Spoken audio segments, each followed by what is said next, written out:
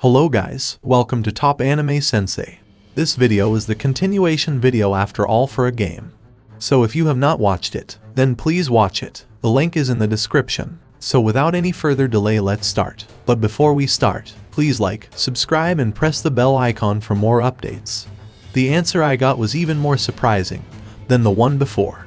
It's my job to manage them so that they don't collapse. Well, I don't want too many of them though. The entire human race will be ruled by demon lords. That's my ultimate objective.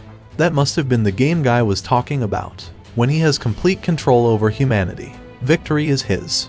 No. Then why did you order Misery-san to go destroy the council? The members of the council would have been wiped out right before the impending invasion from the east. Had that happened, the Western nations would have been royally screwed. Any efforts to coordinate a defense amongst countries would have been impossible. Their fates most likely sealed before they even had a chance to fight. You can just call her Misery. Guy smirked at my question, then continued. I approved of Misery's operation in order to unite the West. What does that even mean? Answer. It is likely that the plan was to bolster Master's control in the West by instilling fear in council member states. So in other words, what he implied was something like this. The council members are wiped out by a demon lord, and the humans fall into panic. Then, if I were to reach out to them, the humans wouldn't hesitate to seek my protection. To that end, a little sacrifice was trivial. Answer. That is likely correct. I see. They had purposefully concocted an extreme plot, which could easily paint me in a good light. Though I felt that Guy's aim and Misery's intentions didn't quite align. They were trying to work things in my favor. No, that's not it. I guess they thought they could use me to manage the Western nations. But I was one step ahead of Guy, and already had my hands on the West. While I didn't really think that far ahead, the council was completely within Testaross's unrelenting grasp. Guy's goal wasn't to destroy humanity, but rather the exact opposite. He wanted to properly manage the human race, so they wouldn't perish due to their own stupidity. Thus, if I were to take on that role, it would be a boon to him. Nevertheless, this failure marked a positive development for him. I figured one thing out though, Guy is a slacker at heart. I was now convinced that things would be better if I handled them myself. Then, I pondered aloud. You won't have any problem with me dominating the West, I assume. Nope, unless those idiots forget who's boss. I have no intention of butting in. That's a relief. It felt like we skipped over a couple steps I had otherwise expected. But if he was fine with it, then I had no qualms about managing the Western nations from now on. In that case, I'll accept the offer. By the way, do you mind ending your assaults on the northern regions of Ingratia? I'd heard from several sources that Guy's subordinates regularly ravaged those lands.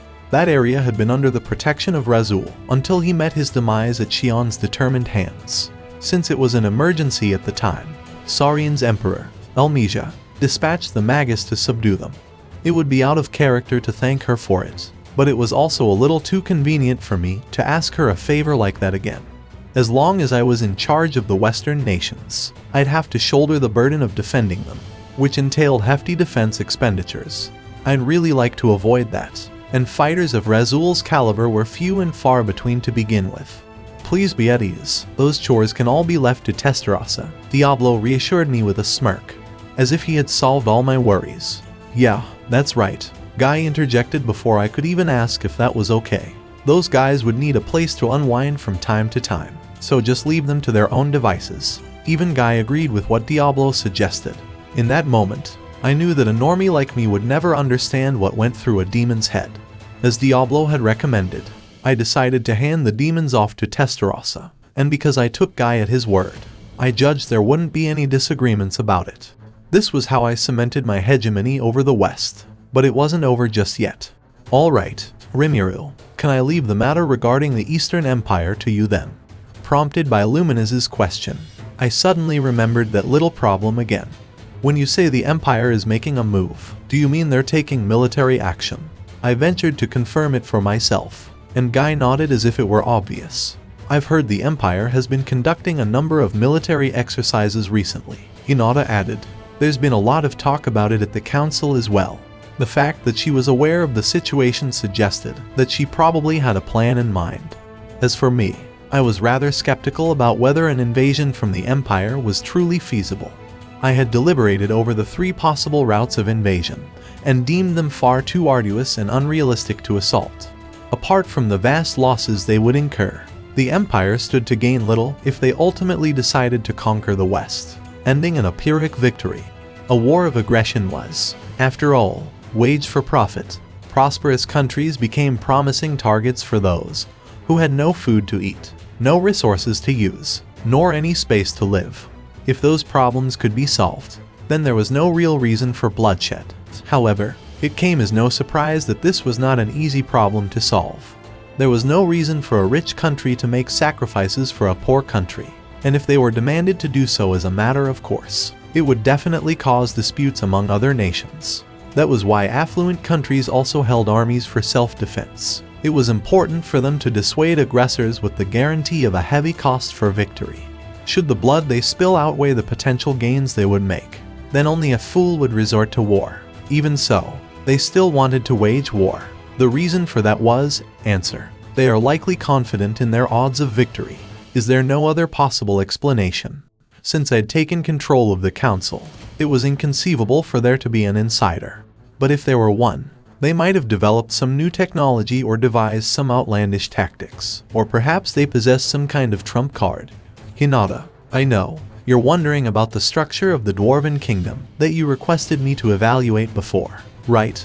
From what I've gathered, it's not impossible to get a large army through. Hinata instantly read my intentions and gave me the information I wanted. The Dwarven Kingdom was neutral, and I doubted that Gazel would permit it, but it was the safest route to use to invade the West. No, perhaps I wasn't sure it would happen, so I had dismissed the thought, but there really is a chance that they'll attack the Dwarven Kingdom first. Don't try to hide it. I know your request for me to investigate. That route was based on that very suspicion. Hinata's complimenting me. It was just something that popped into my mind. But whatever. Was I exposed? Well, since that's a possibility, we need to deal with it first. I should contact Gazel and conjure up a plan together. The fact that we had delegated military authority of the council to Tempest was already becoming more trouble than it was worth. Nonetheless, it was now our inescapable responsibility to bear the brunt of the Empire. If you aren't here, Granbell and Luminous would have had to fight the Empire, Guy informed me, his voice indifferent like it wasn't his problem. The Empire's military power was unknown. The Rosso family's combined strength, the Holy Knight Order, and Lubelius's forces, led by Hinata, would have been the ones entrusted to counter the Empire's advance. Guy didn't seem too concerned with which side would win, but even then, he had accepted Yuki's offer. He must have had his own reasons for that. The key thing to find out was what he meant by the word game, but I didn't think he would give me a satisfactory answer, even if I asked. I'll help as well, but I won't be under your command. Okay. There was no reason for Hinata to be on the front line, so she had a pretty good point. I still don't understand why they want to initiate war, but we won't be sitting on our hands, that's for sure. Hinata, I want you to be ready in case the Empire invades in a very unconventional way. Understood. We'll take care of the agent, who disguised himself as a merchant too. Hinata reassured me with a somewhat strained smile. That was a relief. There was nothing more for me to add. Rinyaru, if you are defeated, then I will have to fight. Work hard and make sure that does not happen. Luminous commanded, as if my failure would be a major annoyance. Luminous couldn't afford to worry about a war right now. She had to assess the human casualties surrounding the collapsed Grand Cathedral, as well as its reconstruction efforts back in her own nation. Honestly, I was grateful to have gotten Hinata's cooperation, given everything that was going on. What worries me is if we can even cooperate with Yuki. The potential prospect of working together made me feel quite emotionally conflicted. The kingdom of Pharmus had been led around by the nose, and my companions, including Shion, were harmed, all because of Yuki. He was the one who controlled Clayman, and if we went further back, was also involved with the Orc Lord, the incident caused by the previous Geld. Even if you were told to let bygones be bygones, it was difficult to readily accept that sentiment. Rinyaru-sama, are you worried because of us by any chance? Shion could sometimes be unusually sharp. I hadn't even breathed a word about that, yet she spoke as if she had already seen my inner turmoil. I guess you could say that, with everything that we've endured, it's hard to just suddenly trust him. And that's it. Thank you so much for watching. And if you guys have not watched my other videos, then please watch them. The links are in the description. And don't forget to like, subscribe and press the bell icon so you don't miss the updates.